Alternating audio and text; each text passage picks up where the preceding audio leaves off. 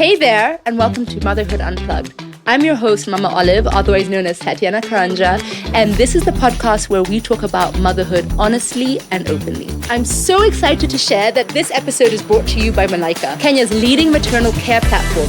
Malaika connects you with trusted healthcare providers, offers personalized care plans, and offers the resources you need to navigate motherhood with confidence. You can check them out at malaika.com or on Instagram. We'll put all the details down in the link below.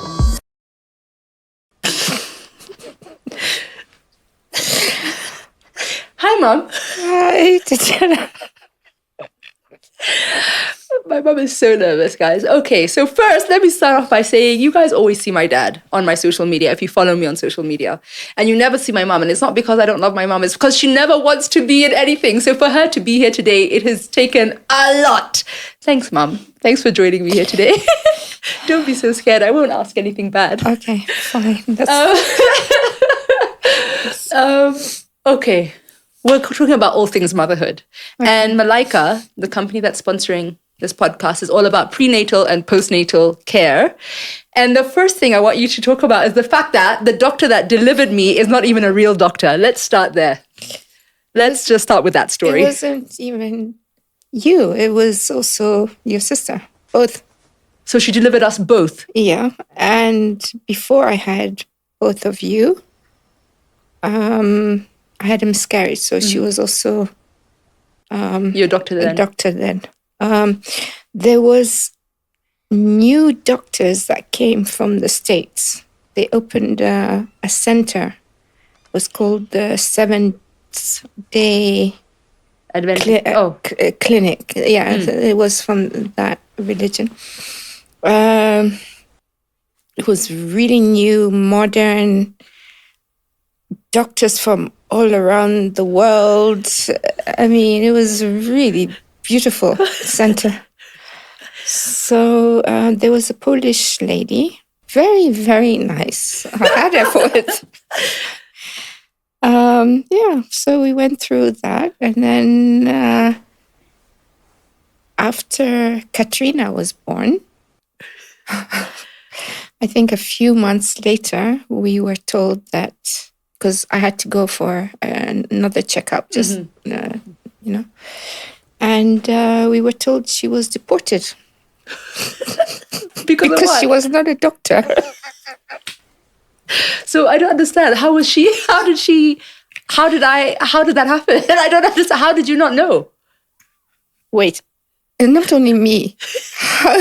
How did the Kenyan government accept foreigners that were not doctors? Why didn't they screen them? First of all, let's go there. Yeah, I mean... Okay, fine. So that happened. But after that, what did your fourth trimester look like? Like, what was your care after having babies? I think I really want to know about that. Yeah, that... it was, not good. But, we were not allowed to complain as much. You think we're complaining? I would love to have complained a lot more or talk about it openly. But no, we were not allowed to. So we struggled.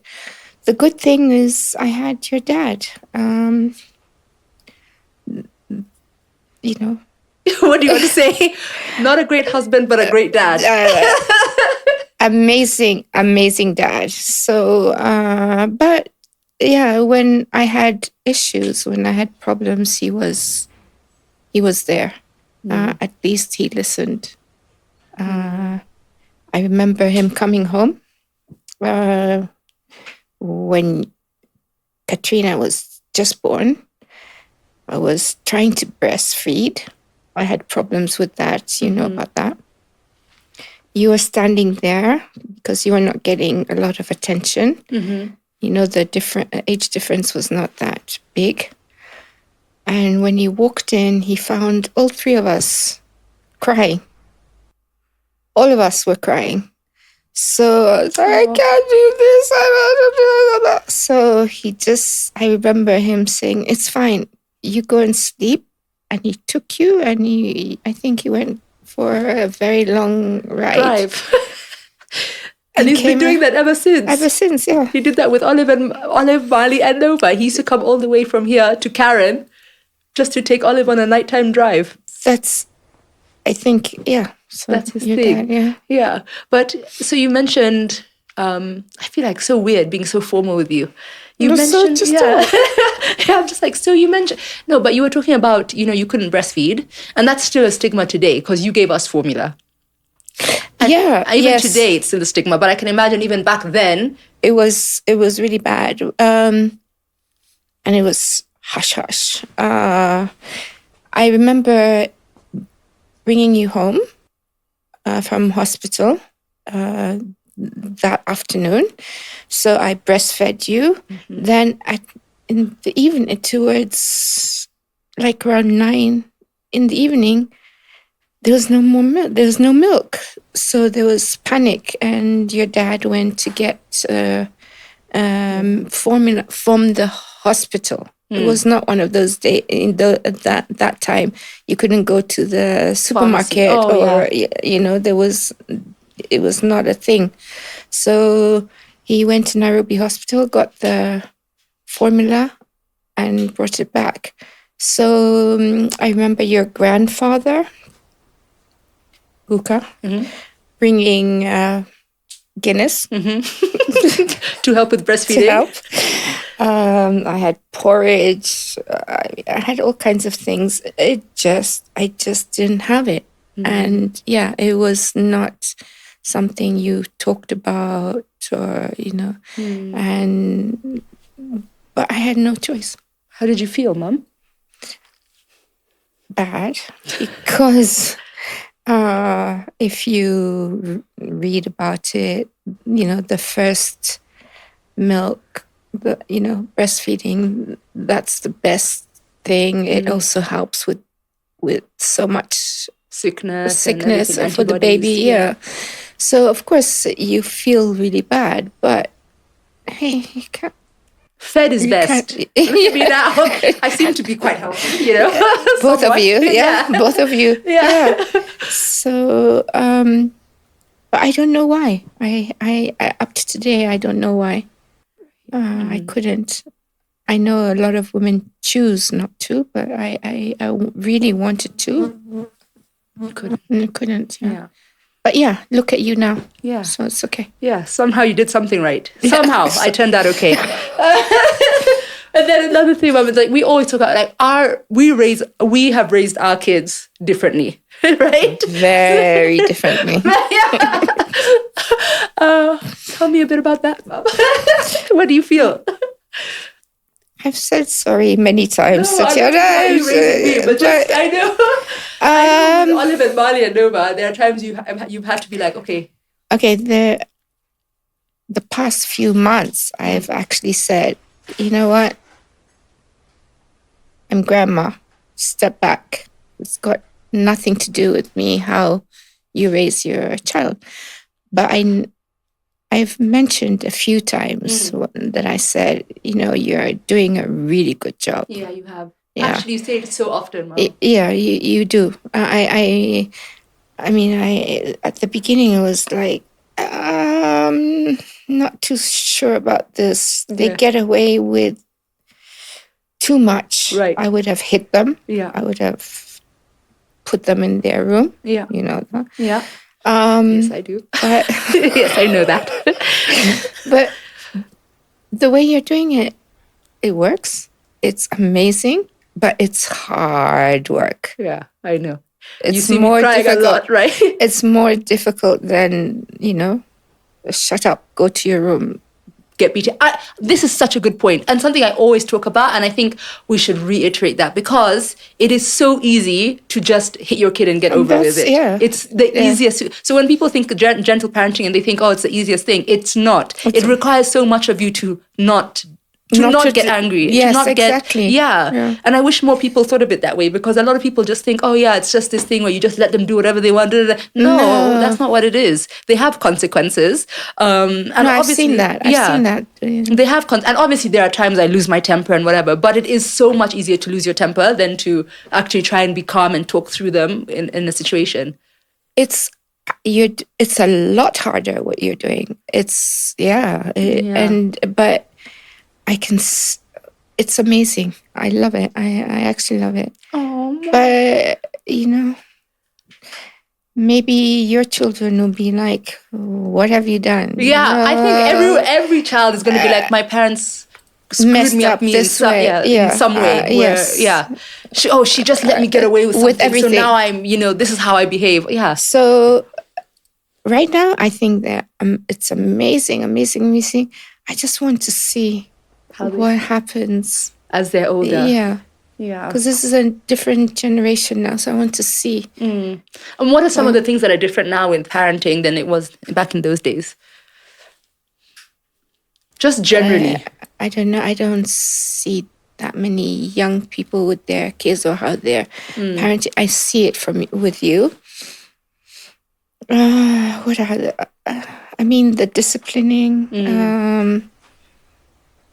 I also like that you don't force them too much on people. They don't have to be hugging or kissing, or that is, I found that very important. I find that I think it's now okay, especially in Kenya. Yeah. Because people still force you to hug, kiss, everything. Yeah, I understand being respectful. Like you have to say hi, of course, but you don't have to. Why do we have to touch? Or force that. That's. I think that's really important because for safety and whatever. Yeah. I think COVID made that much easier for people to now navigate. Yeah, because you were like, no, we have to stay apart. Yes. And something I did that to make people not, because I remember with Olive and Matt, how I did not want anyone to touch, even you, even Dad, no one could touch them. I just wanted them on me all the time. So I remember if we could go to an event, I would wear the baby carrier so I could just put them in, and I'd be like, oh yeah, sorry, they can't be. Yeah, you can't hold her. Sorry. Yeah. I don't know what it is. Well, maybe this is in our family, because I also know, I don't know if you've heard the story with your shosho and your dad, where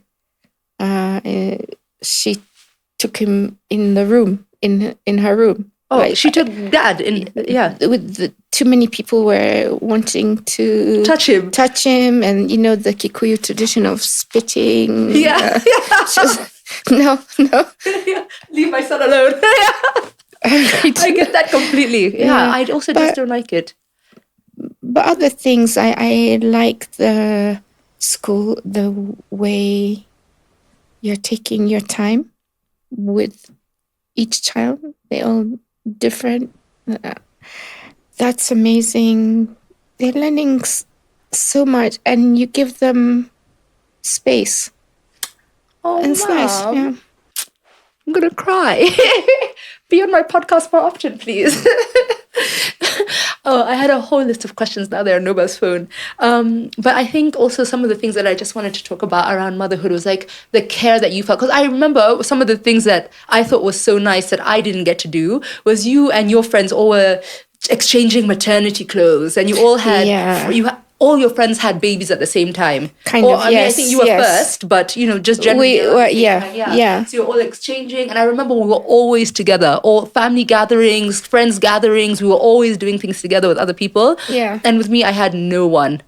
And I just think it was so nice. I mean, none of my friends, they're now giving birth. I mean, I keep telling them 8 years later, surely. 8 years later is when you guys are joining the club. And, I'm out of it now. I'm not coming to babysit. I'm done. Even your kids have told me they're not babysitting. Yeah. So what was that like, having that group of friends? That was amazing. That was really nice because you needed that. At least you can talk to a woman that is pregnant and say, did you feel that? Or did you feel like this morning? Yeah. Were you upset? Or are you down? That was nice. The sharing of baby clothes, maternity clothes, people traveling, getting things because we couldn't get things here. And you have to remember, we also just started getting Pampers. Right. I think it was on Mombasa Road, the first Nakumat that had them. But then they were so expensive that you would use it only when you went to a special function. Otherwise, it was, Yeah. But so there were a lot of things we didn't have that you guys now can get easily. Very easily. Yeah. So it was really good to have that. Village. Really. Yeah, village. Yeah. I also feel bad that the kids don't have that, because I really felt like I had so many friends, even if we're not now best of friends or something, but I always felt like I had so many friends, cousins. I don't know. I don't even know if they're my cousins or not. They're not. They're just auntie this, auntie that, my cousins, and really the kids don't really have that. So I really felt bad about that. But right now, I also wanted to share that, you and Dad, I feel like the people who you maybe had kids first, but you also got split up and became friends. I don't feel like I know anyone else who are best friends like you and Dad. And that's something I also want to talk about on this today, because I talk about that with Dad sometimes. Mm-hmm. And everyone's always like, oh my, it's actually to this day, some of the parents at the kids' school are like, oh, your parents are separated? Like, yeah, you guys don't know that. But obviously because you guys are just like best friends and you're always together, that people aren't even aware. And I really wish that more parents were able to come to that place of just like, we're just doing it for our kids. There's nothing else matters. Whatever we went through is separate from what our kids went through. So maybe you can share a bit more about that. Okay, I can tell you. Can I say something first about why we're not divorced, why we are separated still? Right. Because it was difficult. No. Couldn't be bothered. No. Oh. It was because of you. What do you mean? Yeah, you said, okay, all those things come later. It's we couldn't be bothered and all that. It wasn't necessary. We said somebody has to say I'm getting married, then I'll sign. Okay. Or he signs, whatever. Otherwise, there's no point. Yeah. But you came and you said, no divorce. You got married in church. I said that? Yeah, you got married in church. And you made your vows, so no divorce. That's still... Really? Yeah, through sickness and health? I mean... Or what is it? The beginning of separation, you can really fight. Yeah. Yeah? I mean, there's big fights happening. Yeah. At that point, it would have been very easy for me to say, no, let's divorce. Because you get, angry. But that was the only thing that kept me at that time. But then we always said for our kids, whatever happens, our kids show up for the kids. Yeah.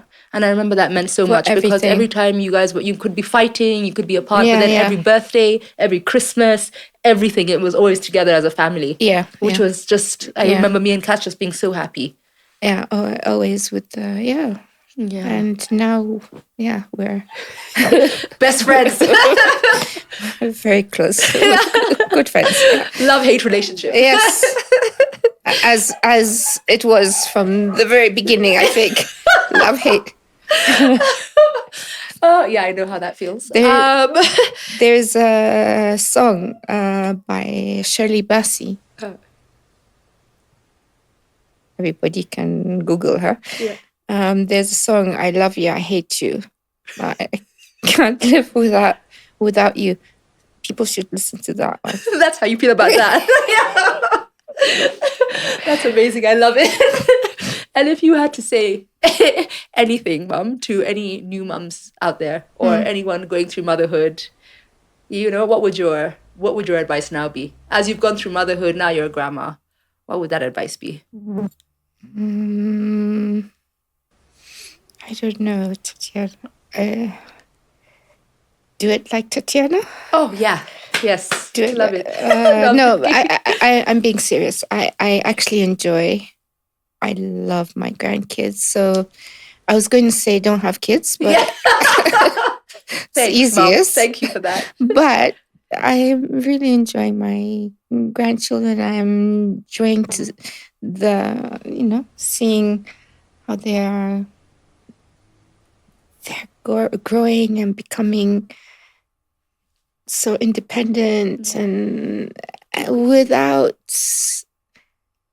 having been pushed, forced to go to their rooms, beaten, all the things I did. So I want to see how it happens. So I don't have advice. You're the ones. You now need to give that. Give that advice. Yeah. Oh, Mom, thank you so much. I told you this is going to be an easy conversation. Are you going to come back? No, thank you. Okay. Well, thank you, Mom. I love you. I love you honestly, too. you were making me you actually made me cry. I didn't think you'd say that. I didn't know that I kept you guys together. You separated together. Yes, at least it made me feel somehow. Okay, that's good. That's good to know. Oh, thanks, Mom. Thanks for being on my podcast. Finally, people can see you and get to know you a little bit, because it's only Dad that goes online. Okay. So I'm happy that they get to see you a little bit. This is kind of the last time, I hope. Yeah. And you didn't embarrass me like you said you would. So thank you for that. No. Thank Thank you so much. You.